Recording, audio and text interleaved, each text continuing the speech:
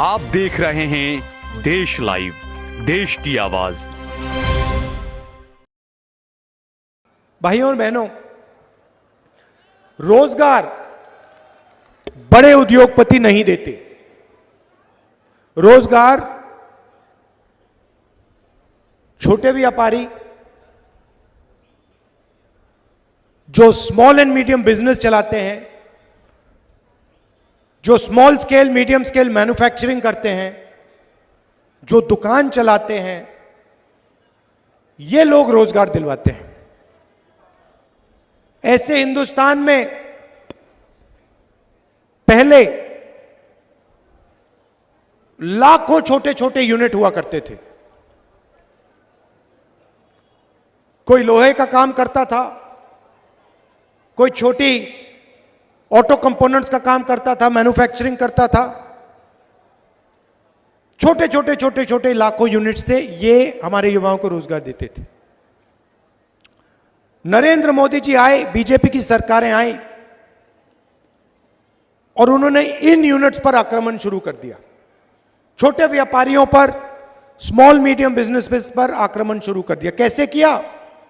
नोटबंदी और GST. GST भाइयों और बहनों, ये टैक्स नहीं है। जीएसटी किसानों पर, छोटे व्यापारियों पर, स्मॉल और मीडियम बिजनेस वालों पर आक्रमण है। ये हथियार है जीएसटी। छोटे बिजनेसेस को मारने का, खत्म करने का हथियार है। पहली बार हिंदुस्तान में, पहली बार किसान टैक्स देता है। 12% ट्रैक्टर पे, 18% पेस्टिसाइड पे, 5% फर्टिलाइजर पर। हमारा किसान जो इस देश की रीढ़ की हड्डी है, वो जीएसटी में टैक्स देता है।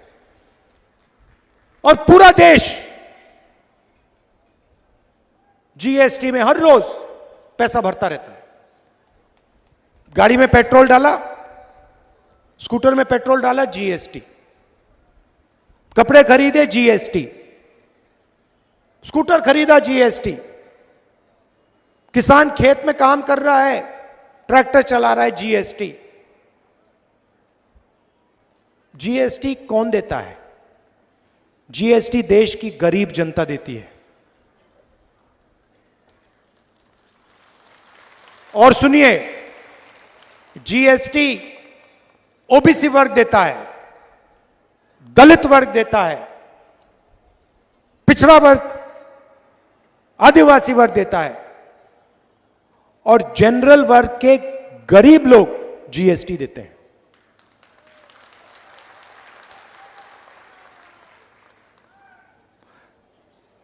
तो बीजेपी की सरकारें क्या करती हैं? आपसे जीएसटी लेती हैं, गरीबों से, और बैंक का पूरा पैसा 3-4 उद्योगपतियों को पकड़ा देती है। अदानी, अंबानी, वो 4-5 लोग हैं। अब मैं आपसे पूछता हूं, 2 तरीके की सरकार होती है। एक सरकार होती है जो गरीबों के जेब में पैसा डालती है। दूसरी सरकार होती है जो 2-3 बड़े उद्योगपतियों की जेब में पैसा डालती है। तीसरी सरकार नहीं होती, बस 2 टाइप की होती है। अब देखिए, कांग्रेस पार्टी ने मनरेगा दिया।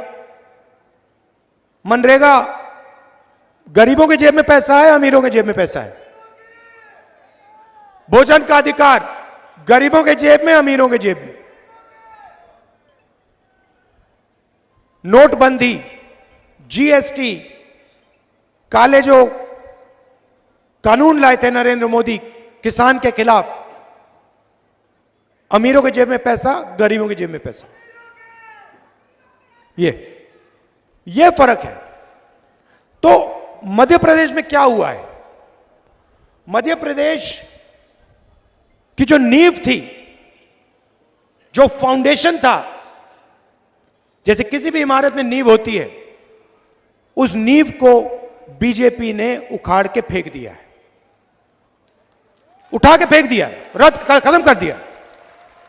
नींव कौन है? नींव किसान है,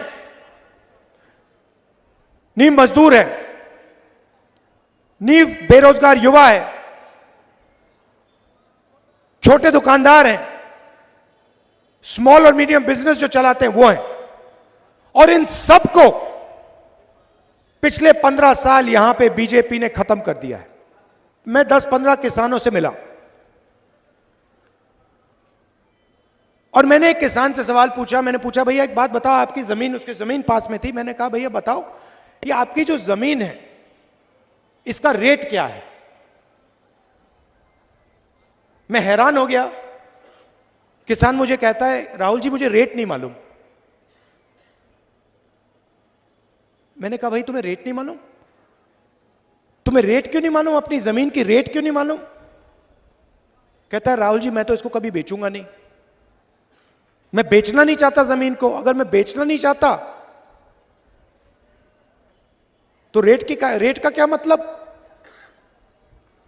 तो मैंने कहा, बेचना क्यों नहीं चाहते हो?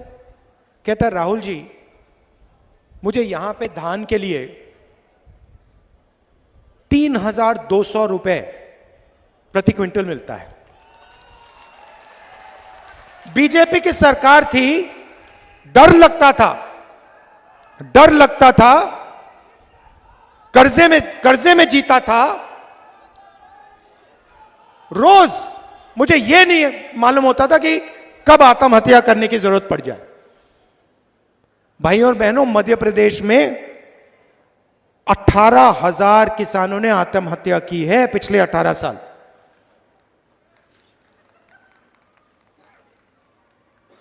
कर्जे के कारण। क्यों? क्योंकि बीजेपी ने उनको सही दाम नहीं दिया। बीजेपी पैसा देते हैं अदानी जी को, बड़े बड़े कॉन्ट्रैक्टर्स को, अरबपतियों को। जब बीजेपी की सरकार अदानी को पैसा देती है तो अदानी उस पैसे को कहां खर्च करता है? मध्य प्रदेश में खर्च करता है, आपके गांव में खर्च करता है, कस्बों में खर्च करता है, अमेरिका में जाके घर खरीदता है, जापान में जाके घर खरीदता है, दुबई में घर जाके खरीदता है, दिल्ली में जाके रेस्टोरेंट में खाना खाता है। तो आपका पैसा आपके जेब से निकलता है, जीएसटी से निकलता है, अदानी जी की जेब में जाता है और बाकी दुनिया में चला जाता है। और जब हम किसानों को पैसा देते हैं, मजदूरों को पैसा देते हैं, तो किसान क्या करता है?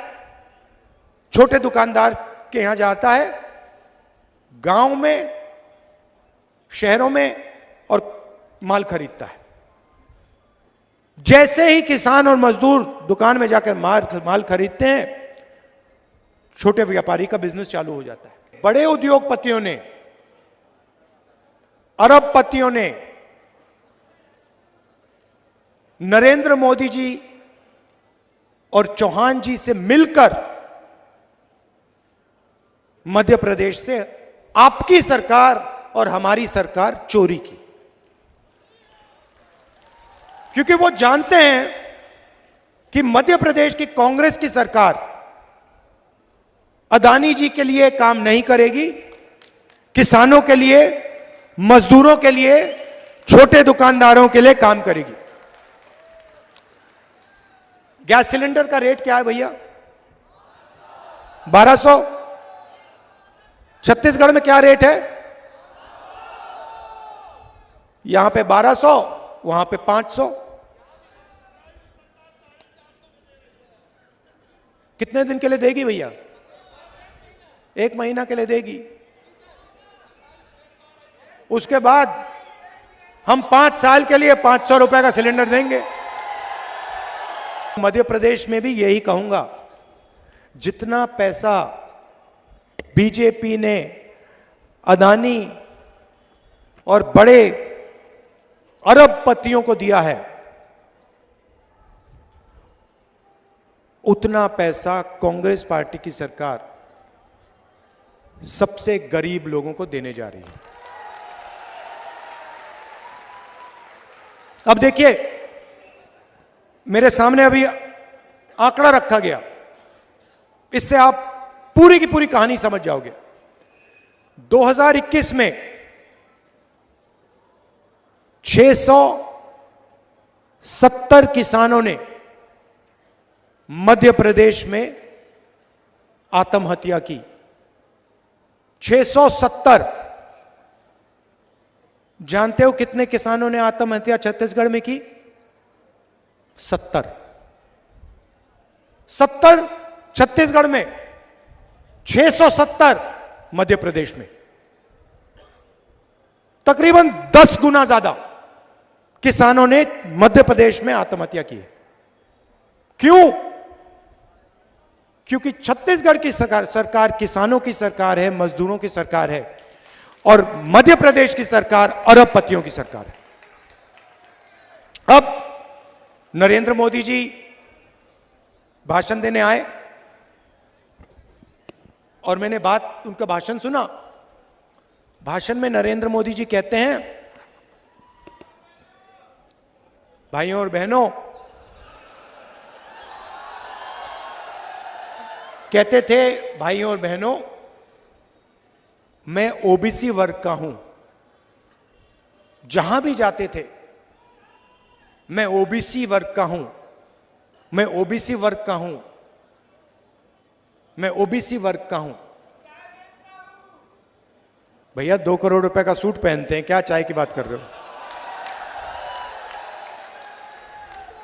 हजारों करोड़ रुपए के हवाई जहाज में जाते हैं, हजारों करोड़ के हवाई जहाज में जाते हैं, 2 करोड़ 3 करोड़ का सूट पहनते हैं। खैर, कहते हैं मैं ओबीसी हूं।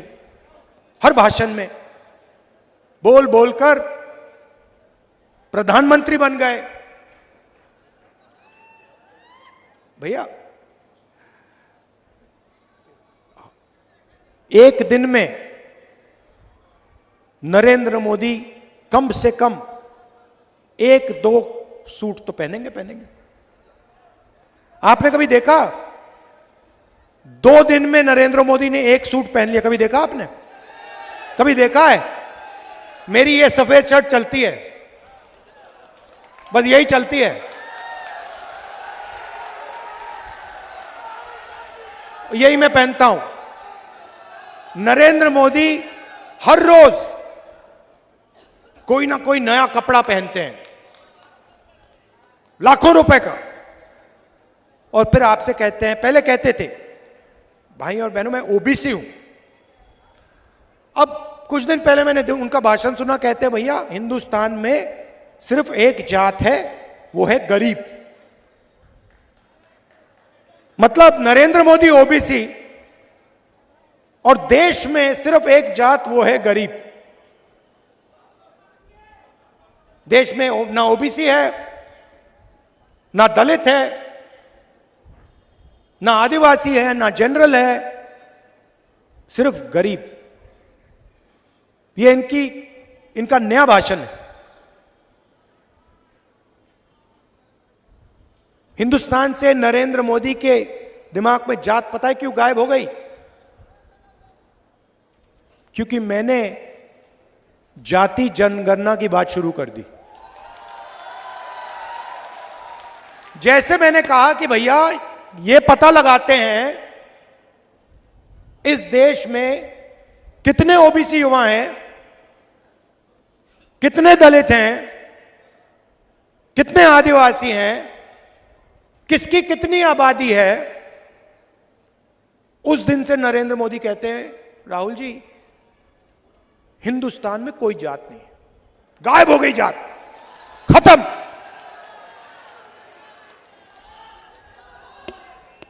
क्यों? क्योंकि वो ओबीसी युवाओं को, दलित युवाओं को, आदिवासी युवाओं को, जनरल युवाओं को देश की सच्चाई नहीं बताना चाहते। भाइयों और बहनों, 53 में से आप जानते हो कितने अफसर हैं ओबीसी वर्ग के मध्य प्रदेश में? जहां नरेंद्र मोदी, शिवराज चौहान जी आपसे झूठ बोलते हैं कि ओबीसी की सरकार चल रही है, आपको मालूम है कितने हैं? 53 में से 1। 53 में से एक अफसर ओबीसी। अच्छा, मजे की बात सुनो,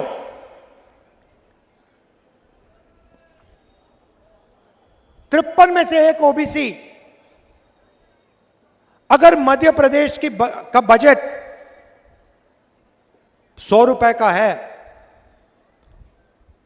तो ओबीसी अफसर जो है वो सिर्फ 33 पैसे पर निर्णय लेता है। मतलब ओबीसी 50%, आपकी आबादी 50%, आपकी भागीदारी 100 रुपए में से 33 पैसा।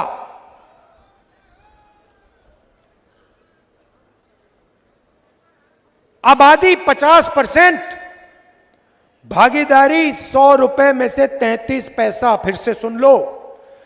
और नरेंद्र मोदी जी और आपके चीफ मिनिस्टर कहते हैं मध्य प्रदेश में ओबीसी की सरकार। कैसी ओबीसी की सरकार है ये? कौन से ओबीसी की सरकार है?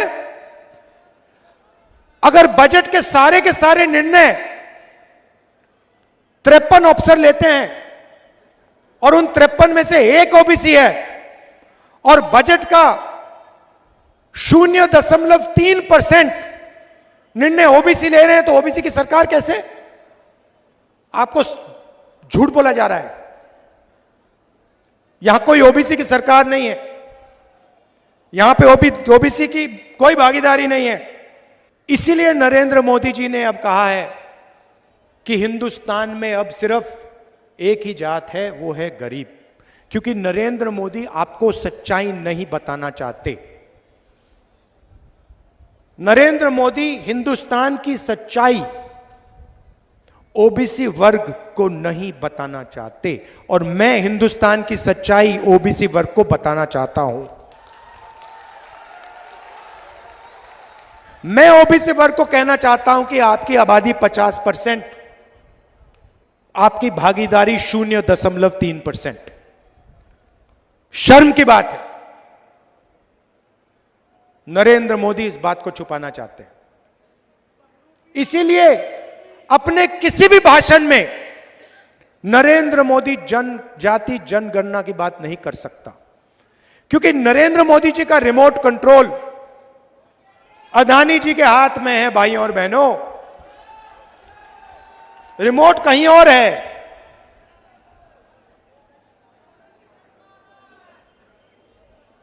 टीवी यहां आपके सामने, रिमोट कहीं और।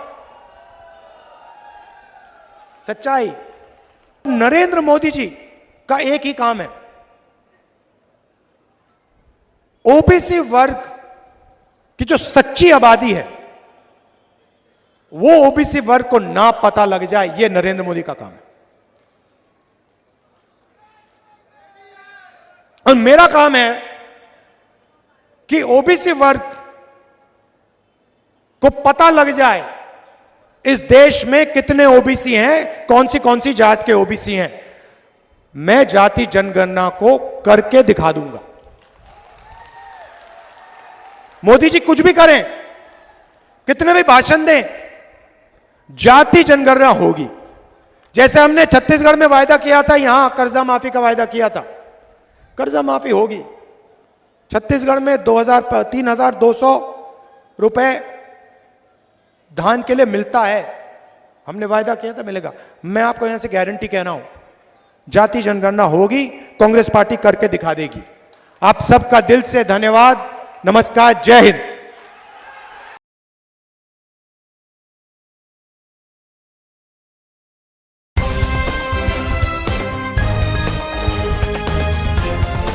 देश और दुनिया की तमाम छोटी और बड़ी खबरों के लिए हमारे चैनल को सब्सक्राइब करना न भूलें और बेल का बटन जरूर दबाएं।